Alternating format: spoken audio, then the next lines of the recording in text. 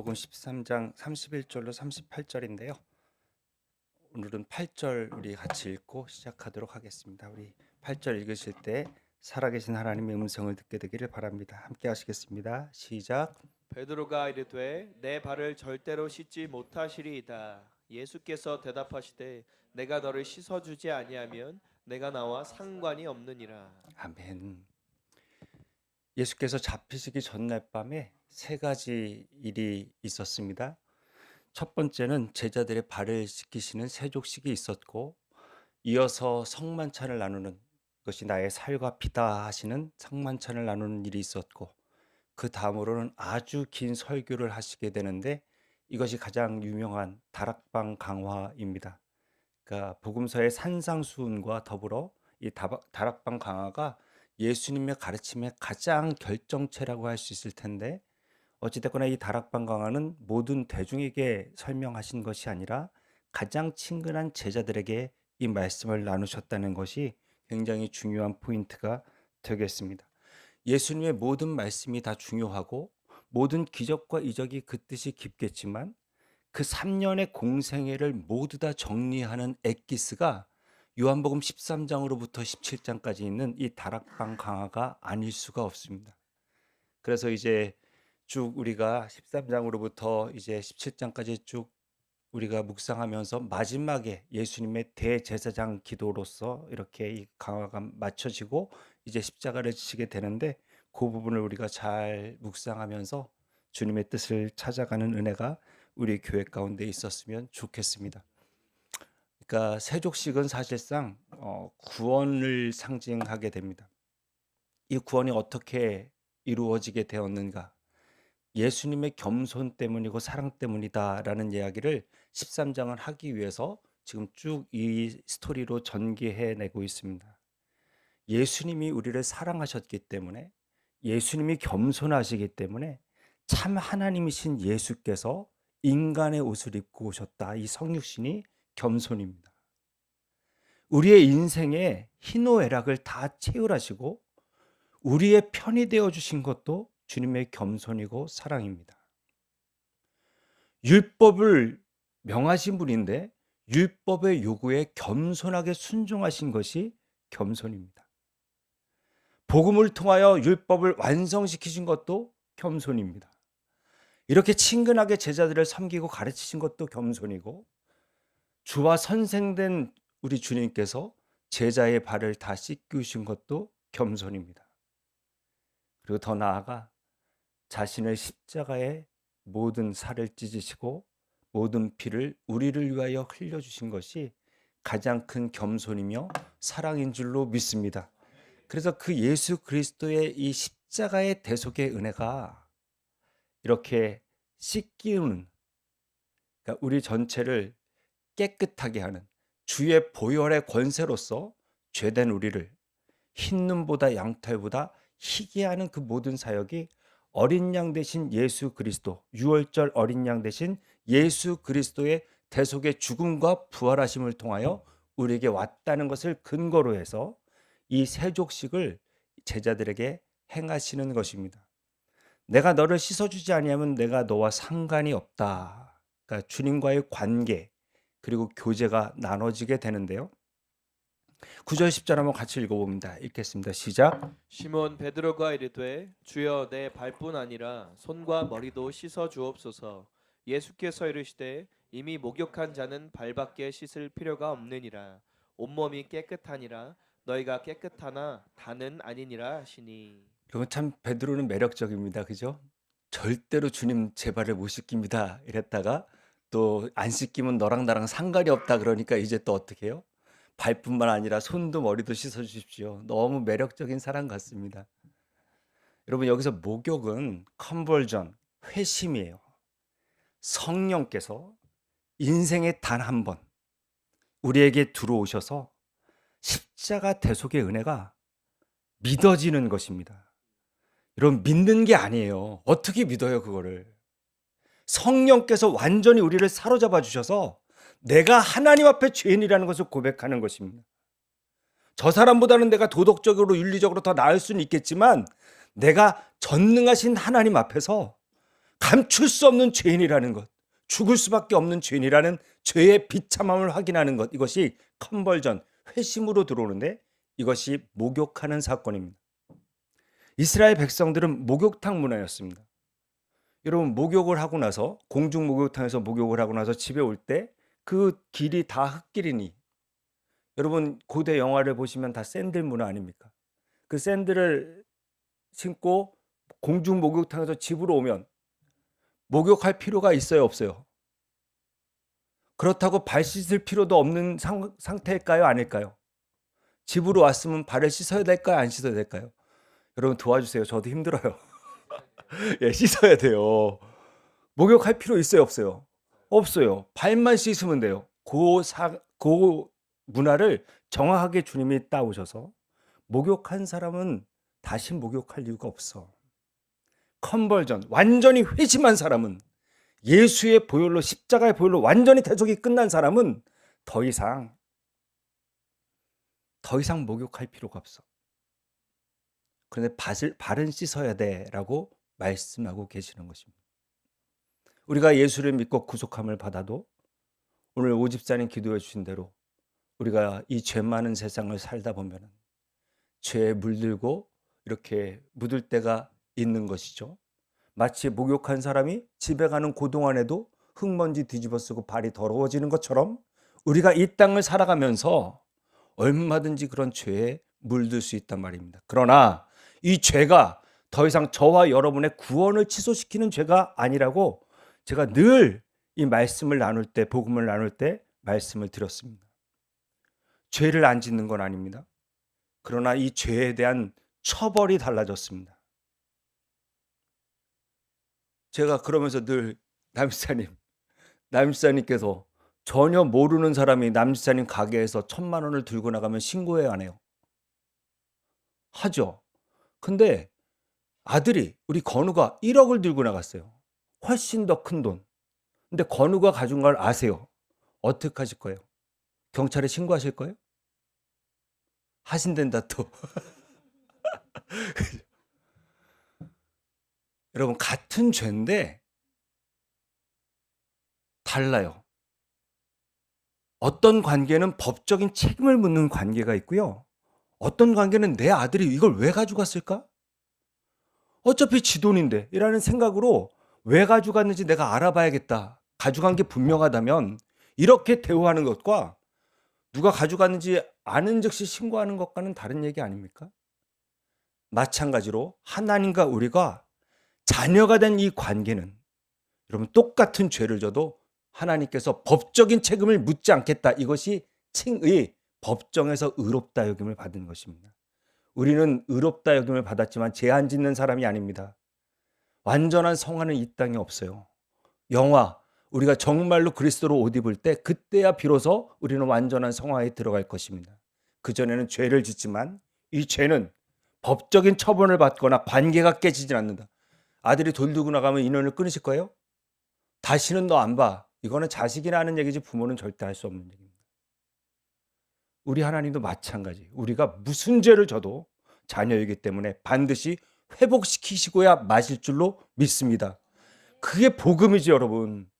내가 죄 지은 거, 내가 실수한 거, 그걸 다 죄값대로 받겠다. 이게 어떻게 복음이겠어요? 그런데 여러분, 이제 이 죄는, 관계는 깨트릴 수 없지만 여러분, 계속해서 부모를 거역하는 자녀는 부모와 친밀한 교제를 나누기가 어렵습니다. 캐나다에 유학 보낸 아들이 계속 술과 도박과 노름으로 방탕하게 있다. 사랑하지만 친밀한 대화가 이어질 수 있을까요? 내가 그 자녀에게 기쁨으로 돈을 서포트하고 보낼 수 있을까요? 이 돈 갖고 또 술 먹으면 어떡하나 걱정이 앞서지 않을까요? 이제 우리의 죄는 하나님과의 친밀한 교제를 방해하는 것이 되기 때문에 거룩하신 하나님과 동행하기 위해서 우리는 거룩에 힘써야 될 줄로 믿습니다. 우리 주님께서는 지금 십자가를 통하여 너를 다시 섰고 앞으로도 너희가 죄를 짓게 될 경우에 그때는 발을 씻는 회개로서 레펜터스, 내가 하나님께 날마다 회개함으로 회심과 회개를 딱 구분하셨으면 좋겠고, 이 회심 사건은 1년이래. 인생에 한 번이고 이 회개는 날마다 우리가 죄에 길이 나지 않도록 그때그때 회개하는 은혜가 있었으면 좋겠습니다. 죄에 민감한 저와 여러분 되기를 바랍니다. 십자가 가까이 오면 나 같은 죄인이 없어서 여러분 어떤 도덕적으로 큰 죄를 지을 때만 내가 죄인이라고 느껴지는 게 아니라 내가 주님 앞에서 주님을 기쁘시게 해드리지 못한 게 슬프고 주님이 원치 않는 행동을 한 것이 슬프고 뭐 큰 잘못도 아닌데 세상 사람들이 보면 여러분 내 돈 내가 마음대로 쓰는 게 무슨 죄입니까? 세상 사람들이 내 시간 내가 마음대로 쓰는 게 그게 어떻게 세상 사람들에게 죄입니까? 열심히 일한 사람 떠나라. 이것이 세상의 논리인데 근데 내가 열심히 일해서 내가 소득을 번 것으로 내 마음대로 쓴 것에 대해서 우리는 하나님 앞에 아유 내 주님한테 물어보지 못했네. 때로는 선을 행할 때에도 내가 이 선을 행할 때 주님한테 엽주지 않고 내가 너무 내 뜻대로 내 의지대로 했네. 선을 행하면서도 그렇게 회개할 수 있는 것이 우리의 거듭난 자녀들의 특권이 아닐까 싶습니다. 사랑하는 여러분, 우리는 다 깨끗한 자입니다. 아멘이십니까? 그러나 우리는 발을 씻기움 받는 늘 주님 앞에 정말 회개하는 그런 은혜가 있게 되기를 바랍니다. 절대로 여러분 죄는 무감각해지게 만들기에 우리가 늘 민감하게 깨어서 거룩에 힘써야 될 줄로 믿습니다. 디도서 3장 5절에는 이 씻음에 대해서 이렇게 이야기합니다. 같이 읽어봅니다. 시작. 우리를 구원하시되 우리가 행한 바 의로운 행위로 말미암지 아니하고 오직 그의 긍휼하심을 따라 중생의 씻음과 성령의 새롭게 하심으로 하셨나니. 아멘. 그리고 교회에 대해서는 에베소서 5장 26절에 27절까지 우리 한번 같이 읽어볼까요? 시작. 이는 곧 물로 씻어 말씀으로 깨끗하게 하사 거룩하게 하시고 자기 앞에 영광스러운 교회로 세우사 티나 주름 잡힌 것이나 이런 것들이 없이 거룩하고 흠이 없게 하려 하심이라. 예, 늘 물로 성령으로 말씀으로 깨끗해질 수 있는 저와 여러분이 되기를. 이미 목욕한 사람들이니까 늘 주님 앞에 이런 죄에 민감하고 거룩에 힘쓰므로 말미암아 하나님께서 정말 우리를 아름답게 사용하시는 큰 집에 금그릇, 은그릇, 나무그릇 다 있지만 쓰임받는 그릇은 어떤 그릇이요? 깨끗한 그릇이라는 것. 여러분 내가 죄가 있으면 하나님 앞에 구할 때도 확신이 없어요. 그럴 수가 없어. 왜냐하면 하나님의 본성 속성은 거룩인데 내가 죄가 있는데 어떻게 주님 앞에 당당하게 담대하게 구할 수가 있겠어요. 기도하면서도 본인이 안 들으시겠지? 이러고 기도해요. 그러나 정말로 늘 죄에 민감하게 완전하다는 얘기가 아닙니다. 그런 깨어 있으면서 기도할 때는 주님이 나를 기뻐하신다라는 그 확신 속에서 당당하게 담대하게 구할 수 있는 것입니다. 거룩이 능력입니다, 여러분. 거룩하실 수 있는 저와 여러분이 다 되시기를. 성령과 말씀으로 거룩에 힘쓸 수 있는 묵상할 때마다 우리의 생각이 다 죽어지고 주님의 생각으로 채워지는 은혜가 있게 되기를 바랍니다. 첫 번째로 우리 같이 오늘 밤에 기도하고 싶은 제목은 이겁니다. 같이 읽어봅니다. 시작. 보혈로 씻음 받았음을 기억하는 거룩한 성도가 되게 하옵소서. 아멘, 아멘입니다.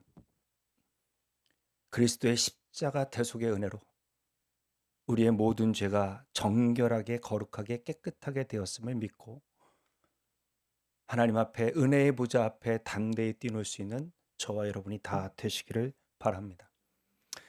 두 번째 31절로 32절에 보면 그가 나간 후에 예수께서 이르시되 지금 인자가 영광을 받았고 그가 누구예요? 유다예요. 하나님도 인자로 말미암아 영광을 받으셨도다. 32절 여러분이 있습니다. 시작. 만일 하나님이 그로 말미암아 영광을 받으셨다면 하나님도 자기로 말미암아 그에게 영광을 주시리니 곧 주시리라. 여러분 유다에게 계속해서 경고하시면서 민망히 여기시고 회개할 기회를 주셨다고 어저께 말씀을 나눴었습니다. 그리고 마지막에 네가 할 일을 속히 해라 라고 이야기하신 그 이유가 부추기는 게 아니었다는 거. 어디 한번 해봐. 어떻게 되나? 이런 협박도 아니고 정말로 주님께서는 그동안 회개의 기회를 줬지만 끝까지 본인의 자유의지로 결단하고 배신을 결정하고 나가는 그 유다 앞에서 이 모든 것들이 억지로나 내가 피하지 못해서 지는 십자가가 아니라 구속사의 흐름에서 이제 그때가 되었다라는 분명한 예수님의 선포로서 네가 할 일을 속히 하라, 그렇게 유다에게 말씀하신 것입니다. 유다가 마귀가 생각을 넣어줬고 지금 떡 조각을 받는 가운데 마귀, 그 사탄이 완전히 그의 인격을 지배하게 되죠.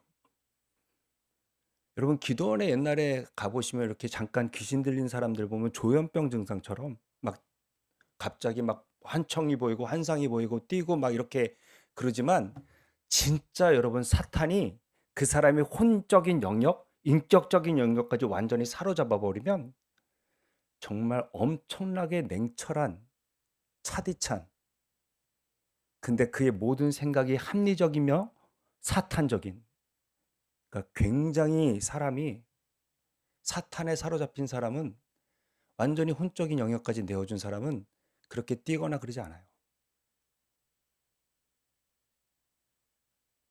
그 악한 생각이, 사랑에 정반대되는 생각이 완전히 그를 인격적으로 사로잡힐 때 이 유다처럼 굉장히 머리도 좋고 그 생각으로 사탄적인 일을 하는 사람들이 있단 말입니다. 지금 그 배신, 그리고 이제 나가서 유다가 이제 예수를 팔게 되는 그때에 예수님께서 이 십자가를 결정하시고 영광을 받으실 때다라고 말씀하고 계시네요. 여러분, 하나님의 영광은 다시 강조해 드립니다. 반드시 십자가와 함께하는 영광이라 말씀드렸습니다. 이제 유다가 가서 팔면 예수님은 십자가를 지십니다. 근데 그것이 하나님에 대한 뜻에 대한 순종이고 우리에 대한 사랑이기에 영광이라고 주님께서는 말씀하고 계십니다. 저희 어머니가 늘 하셨던 미스테이크이죠. 저희 외가 쪽에는 저희만 예수를 믿다 보니까 저 대학 입시 전에 저희 어머니가 우리 집만 예수를 믿는데 다른 사촌들 다 좋은 대학 갔는데 네가 그래도 좋은 대학 가야지 하나님께 영광이 되지 않겠냐라는 말씀을 많이 하셨지만 그 영광이 아닙니다. 잘 돼서가 영광이 아니라 내가 부인되고 자기의 부인과 자아의 죽음을 통한 하나님께 돌려드리는 영광이라는 것입니다. 그래서 여러분, 세상적으로 보면 내 뜻대로 안 되거나 어떤 질병에 걸리거나 어떤 어려움이 있을 때 예수 믿는 사람도 아이고 내 팔자야, 이런 말 하시면 곤란합니다. 여러분 팔자가 어때서? 그때가 비로소 내가 하나님 앞에 가까이 있으며 주님께 올려드릴 영광의 순간이라는 것을 믿음으로 보실 수 있는 저와 여러분 되기를 바랍니다. 영광을 볼 수 있는 사람만 이 십자가를 질 수 있고 영광을 믿는 사람만이 이 십자가에 하나님의 부르심에 기쁨과 감사로 그 기간을 견딜 수가 있습니다. 부디 믿음의 눈이 열리셨으면 좋겠습니다. 여러분, 조폭이 건강한 게 그게 은혜입니까? 건강해서 죄만 질 텐데. 우리의 영광은 세상의 영광과는 다르다. 이 일을 통하여 내가 하나님 더 가까이, 십자가 더 가까이, 주님이 원하시는 사람으로 빚어지는 그 자체가 하나님 보시기에 가장 강력한 영광이고 우리가 주님께 올려드릴 승리라는 것을, 내가 정말 예수 닮아가는 것이 하나님 보시기에 가장 큰 영광이라는 것을 우리가 꼭 기억하며 나아가야 될 줄로 믿습니다. 그래서 이렇게 하나님과의 관계가 회복되고 하나님과 관계가 회복되면서 십자가의 은혜를 아는 사람에게 주어지는 것이 계명입니다. 그래서 10계명인데 1계명부터 4계명까지는 하나님에 대한 관계에 있어서의 계명이고 5계명부터 10계명까지는 인간과 인간 사이, 하나님과 관계가 회복된 사람만이 가질 수 있는 인간과 인간 사이의 계명이란 말입니다. 그러니까 사랑하는 존재에게는 반드시 계명이라는 게, 약속이라는 게 있게 됩니다. 그게 없으면 사랑이 아니에요. 저희 아버지 주일 성수, 이거는 양보할 수 없다. 6시, 아침 오전 6시 가정예배, 이것도 어쩔 수가 없다. 무조건 해야 된다. 그래서 저는 친구네 집에서 자지를 못했어요. 어른이 수저를 들기 전에 수저 들면 맞는다. 이것도 뭐 어렸을 때부터 어른이 오면은 반드시 먼저 인사해야 된다. 여러분, 저희 아버지가 다른 집 아들한테 그런 얘기 하셨을까요? 왜 저한테 그 요구를 하셨을까요? 사랑하기 때문에. 훌륭해지라고. 여러분, 부모로서 자녀에게 계명이 없다? 이거는 정말로 자녀를 사랑하는 게 아닙니다. 부디 하나님께서 이 계명을 왜 주셨는지를, 이거 지키면 뭐 하나님께 큰 영광이 되겠습니까? 이거 지키는 인생이 안전하고 정말로 존귀하고 아름답기 때문에 우리에게 주신 인생. 여러분, 제가 주일 성수를 하면 저희 아버지께 무슨 덕이 될까요? 어른한테 인사하는 게 우리 아버지한테 뭔 유익이 있을까요? 당신을 위해서일까요? 아들을 위한 사랑이라는 것을 여러분, 금방, 이거 모르는 아들이 뭐 30 지났는데 이걸 모르는 거는, 그거는 말도 안 된다고 생각합니다. 하나님께서 이 계명을 왜 주셨다? 우리의 존귀함과 보혈의 값에 맞는 그런 존귀한 인생을 걸어달라라고 주신 계명인데, 이 계명은, 옛 계명은 아무래도 부정적입니다. 육체를 죽이지 마, 간음하지 마, 거짓말하지 마, 다 부정적인 계명이란 말입니다. 그런데 이 계명을 딱 축약해 버리면서 주님이 이렇게 정리해 주셨죠. 마태복음 22장 37절로 40절, 중요하니까 같이 읽어봅니다. 시작. 예수께서 이르시되 내 마음을 다하고 목숨을 다하고 뜻을 다하여 주 너의 하나님을 사랑하라 하셨으니 이것이 크고 첫째 되는 계명이요 둘째도 그와 같으니 내 이웃을 내 자신같이 사랑하라 하셨으니 이 두 계명이 온 율법과 선지자의 강령이니라. 그러니까 1계명부터 4계명까지는 하나님 사랑하는 것, 마음과 목숨과 뜻을 다하여 주 너희 하나님을 사랑하라, 이 계명이었고, 5계명부터 10계명까지 도둑질 하지 마, 거짓말 하지 마, 간음하지 마, 이것이 이웃에 대한 사랑이란 말입니다. 하나님 사랑하는 사람은 이웃을 사랑할 수밖에 없습니다. 내 재산이 중요한 만큼 이웃의 재산도 중요하고, 내가 아내를 지키고 사랑하고 싶은 만큼 이웃의 아내도 중요하기 때문에, 여러분, 그 사랑으로 하나님이 하지 말라는 부정적 계명을 주셨는데, 예수님께서는 새 계명이라 말씀하시면서 이제 우리에게 적극적으로 사랑하라라고 말씀하고 계십니다. 그래서 13장 34절에 이렇게 요구하시죠. 같이 읽어봅니다. 시작. 새 계명을 너희에게 주노니 서로 사랑하라. 내가 너희를 사랑한 것 같이 너희도 서로 사랑하라. 여러분, 이 얘기를 듣는 사람들은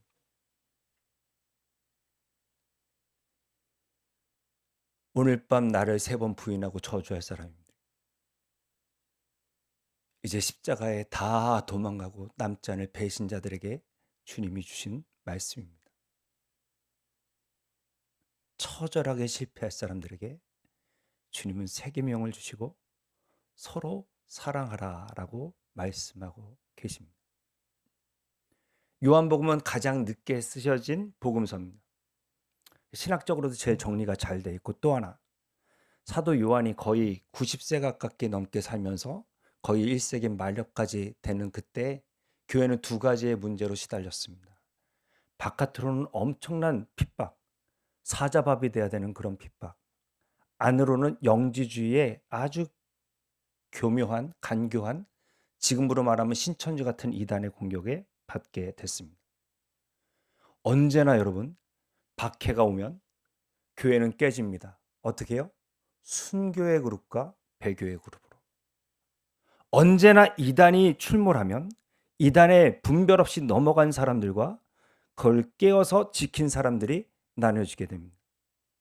이 박해와 이단의 공격으로 온 그리스도의 몸인 교회가 정말 갈기갈기 찢겨 있는 그 상황에서 이 요한복음을 지금 요한이 기록하면서 예수님이 마지막 제자들에게 주신 말씀, 옳고 그름의 문제가 아니고, 여러분 생각해 보세요.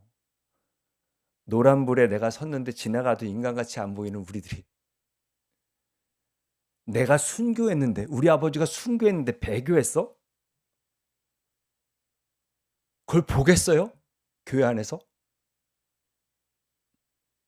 나는 옳았어. 나는 분별했어. 너는 못했지. 어떻게 그런 이단에게 넘어가냐? 이런 정죄가 없었겠어요? 그런데 여러분, 이 계명 주실 때 이 계명 받은 제자들 다 뭐 했다고요? 배신했고 도망갔고 다 했습니다. 그때 주님이 주신 계명이라는 거. 교회는 잘한 사람 상 주고 못한 사람 벌 주는 곳이 아닙니다. 못한 사람까지 잘하는 사람으로 만들어내는 곳이 예수님의 사랑이고, 교회가 한 사람을 인내하고 견뎌줘야 되는 가장 중요한 공동체이기 때문에, 뭐라 하셨다고? 마지막 유언이 새 계명을 너희에게 주노니 서로 사랑하라가. 그리고 요한복음 이제 다락방 강화 내내 사랑으로 하나가 되시는 성삼위 하나님에 대해서, 교회의 하나됨에 대해서 강조하고 계시는 것입니다. 이렇게 말씀하실 수 있는 이유는 전혀 무가치한 저와 여러분을 위해서 살아계신 하나님인 예수께서 대신 죽어주신 본이 되어주셨기 때문에, 옛 계명은 사랑 없는 우리가 시작이 돼서 하지 말라 해도 그걸 하고야마는 그런 죄로 넘어졌다면, 새 계명을 주시는 이때는 우리가 먼저 하나님을 찾지도 않을 때, 내가 주님을 구하지도 않을 때 나를 찾아오셨고 나를 위하여 죽으신 예수의 사랑이, 이게 시작점 시발점이 되기 때문에 우리에게 새 계명이라고 말씀하시며 너희가 서로 사랑하라. 내가 너희를 사랑한 것 같이. 어떻게 사랑하셨어요? 죽어버리셨어요. 우리가 못 참는 이유가 뭐예요? 내가 안 죽어서 그래요. 내가 좀 옳은 것 같고, 내가 의로운 것 같고, 내가 똑똑한 것 같고, 그래서 미련해 보이는 사람을 못 견디고 틀린 사람을 못 봐주고 이렇게 차디차게 경직돼 가는 것입니다. 부디 우리 교회가 예수 그리스도의 사랑으로 서로를 사랑할 수 있는 아름다운 공동체로 지어져가는 복이 우리 가운데 있게 되기를 바랍니다. 두 번째 우리 같이 기도하고 싶은 제목은 이거예요. 같이 읽어봅니다. 시작. 예수님께서 베푸신 사랑을 흘려보내는 교회가 되게 하옵소서. 아멘. 교회는 늘 외부적인 내부적인 공격에 있습니다. 우리가 깨어 있어야 될 것이고, 또 하나 교회를 지키는 대원리는 사랑이라는 것. 이래도 좋고 저래도 좋은 사랑이 아닙니다. 진리 안에서 기뻐하는 사랑입니다. 참 사랑이 부어지는 우리 교회가 되기를 바랍니다. 요한복음에서는 제자가 되는 것에 대해서 이렇게 소개합니다. 그러므로 예수께서 자기를 믿은 유대인들에게 이르시되 너희가 내 말에 거하면 참으로 내 제자가 되고, 그리고 너희가 서로 사랑하면 이로써 모든 사람이 너희가 내 제자인 줄 알리라.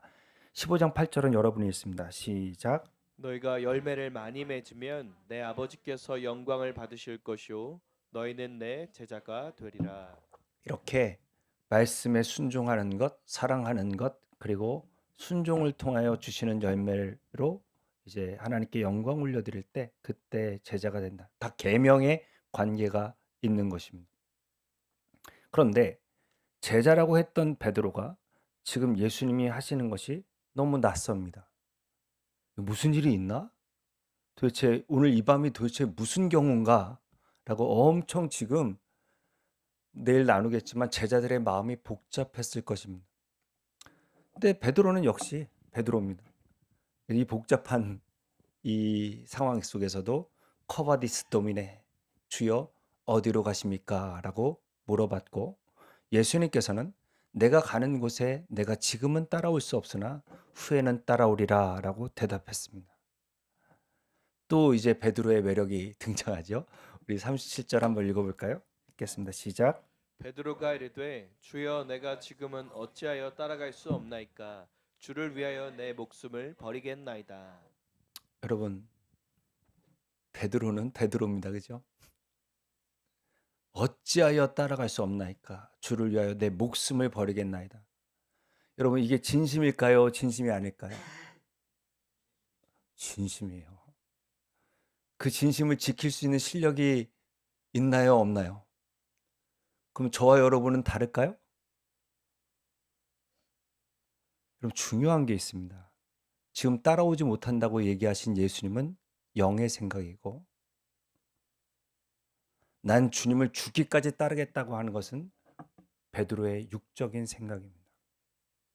본인의 감정, 본인의 의지, 본인의 판단, 본인의 생각, 나는 주님을 위해서 목숨을 내놓을 수 있는 사람이야 라는 자기에 대한 자기 확신, 이런 육적인 생각이란 말입니다. 로마서 8장 5절로 9절은 이렇게 설명하고 있습니다. 우리 같이 한번 또박또박 읽어봐요. 읽겠습니다. 시작. 육신을 따르는 자는 육신의 일을, 영을 따르는 자는 영의 일을 생각하나니 육신의 생각은 사망이요 영의 생각은 생명과 평안이니라. 육신의 생각은 하나님과 원수가 되나니 이는 하나님의 법에 굴복하지 아니할 뿐 아니라 할 수도 없음이라. 육신에 있는 자들은 하나님을 기쁘시게 할 수 없느니라.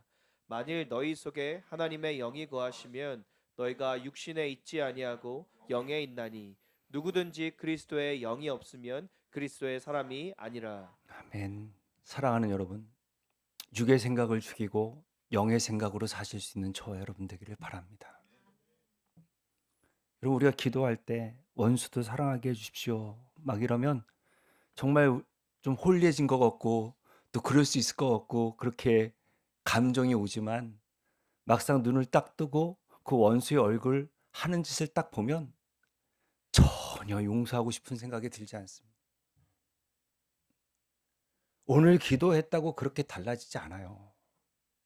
성화는 열매기 때문에, 은사가 아니잖아요. 열매기 때문에 오늘 심어도 정말 오래 걸려서 자랄 수밖에 없는 이 과정이 있단 말입니다. 그 영의 생각을 하지 않으면, 영과 진리로 예배드리지 않으면 영이신 하나님과의 올바른 소통이 일어나지를 않아요. 왜 예배 시간에 조금 일찍 와서 기도해 달라고 부탁하는가? 내 영이 준비되고 깨어 있어야 주님과 정확한 교제를 나눌 수 있으니까 준비가 필요하니까. 어떠한 사람도 육의 생각으로 자기가 예배 드렸다 이렇게 얘기하는 예배는 예배가 될 수 없으니까. 몸만 여기 와서 앉아 있다고 그게 예배냐? 정말 주님이 받으셔야 된다면 내가 영이신 하나님과 영과 교통하기 위해서 기도로 깨어 있어야 된다는 것을 아셔야 됩니다. 내가 영의 생각이 강한 사람인가 육의 생각이 강한 사람인가? 선을 행할 때도 내가 영을 따라하는가 육을 따라하는가? 기도를 할 때 내가 영으로 기도하는가 육으로 기도하는가? 내가 봉사를 할 때는 내가 정말 육으로 내 생각대로 봉사를 하는가 아니면 정말 영에 이끌려 성령이 원하시는 봉사를 하는가? 이번 사순절에 여러분 우리가 이 부분을 좀 고민해 봤으면 좋겠습니다. 그리고 육신의 생각인 내 생각으로 이건 옳은 것 같고 이건 해야 될 것 같고 그거를 다 내려놓고 정말 성령님, 내 안에 계신 성령님께 물어보면서 성령님 정말 제게 원하시는 게 뭡니까? 정말 이 교회가 하나님의 뜻대로 서기 위해서 내가 어느 자리를 지켜야 되겠습니까? 얼마나 많은 사람들이 교회를 위한다 하면서 교회를 허무는지 모릅니다. 자기는 이걸 교회를 위해서 했고 교회를 위해서 말했다. 그러나 정말 그것이 성령의 인도하심과 이끄심이었는가?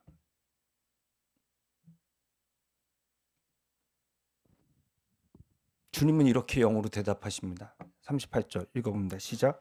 예수께서 대답하시되 내가 나를 위하여 내 목숨을 버리겠느냐 내가 진실로 진실로 내게 이르노니 닭 울기 전에 내가 3번 나를 부인하리라. 지금은 육적이라 도무지 주님이 이해되지 않겠지만 이제 먼 훗날 곧 우리 베드로 사도는 분명히 이 상황을, 이 환경을, 그때의 대화를 다 이해할 날이 왔습니다. 그죠? 우리도 마찬가지일 겁니다. 지금은 따라갈 수 없지만 지금은 부인하는 자리에 있을지라도 성령의 이끌림을 받다 언젠가는 주님의 증인으로, 부인자가 아니라 증인자로 서게 되는 저와 여러분이 될 줄로 믿습니다. 그 길은 이 길밖에 없어요. 우리 갈라디아서 2장 20절 같이 읽어봅니다. 시작. 내가 그리스도와 함께 십자가에 못 박혔나니 그런즉 이제는 내가 사는 것이 아니요 오직 내 안에 그리스도께서 사시는 것이라. 이제 내가 육체 가운데 사는 것은 나를 사랑하사 나를 위하여 자기 자신을 버리신 하나님의 아들을 믿는 믿음 안에서 사는 것이라. 아멘. 그래서 여러분 육적으로 마도로스입니다. 여러분 어부예요. 사내다움의 극치에 있는 사람이고 나는 마음만 먹으면 해. 이게 엄청나게 강한 사람이 베드로입니다. 됐어요, 안 됐어요? 안 됐어요. 그러면 이 일이 되기 위해서는 어떻게 돼야 된다?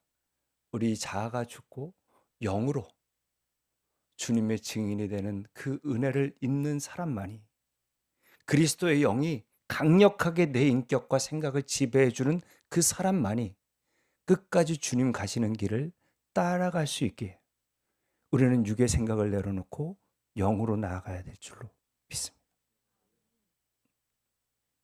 그 은혜가 우리 교회 가운데 있기를. 마지막 나누고 싶은 건 이겁니다. 같이 읽어봅니다. 시작. 성령 충만함으로 예수님을 따르는 제자가 되게 하옵소서.